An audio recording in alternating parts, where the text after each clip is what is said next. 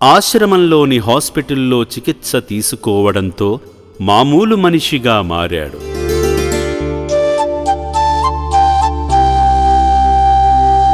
చాలా రోజులుగా తనలో ఉన్న గానకళను ప్రదర్శిస్తూ ఆశ్రమంలోని తోటివారిని అలరించేవాడు. మెచ్చరివారు ఆ సుందరాముని చూడు, మా తల్లి సీతమ్మ తోడు, శ్రీరాముని చిరునవ్వుగా వెలుగొందిన సీత, ఆ దేవుని వెనక తన పని చేయును మాట.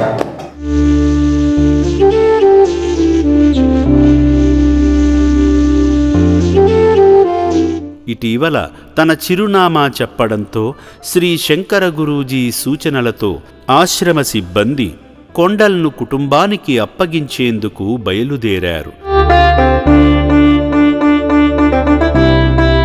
మార్గ మధ్యలో ఇంటి చిరునామా మరోసారి అడుగగా మతిస్థిమితం నుండి పూర్తిగా కోలుకుని కొండల్ చిన్నపిల్లాడిలా పొంతనలేని సమాధానాలు చెప్పాడు.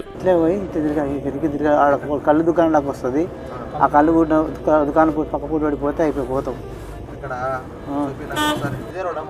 మోతినగర్ రోడ్ ఇదే.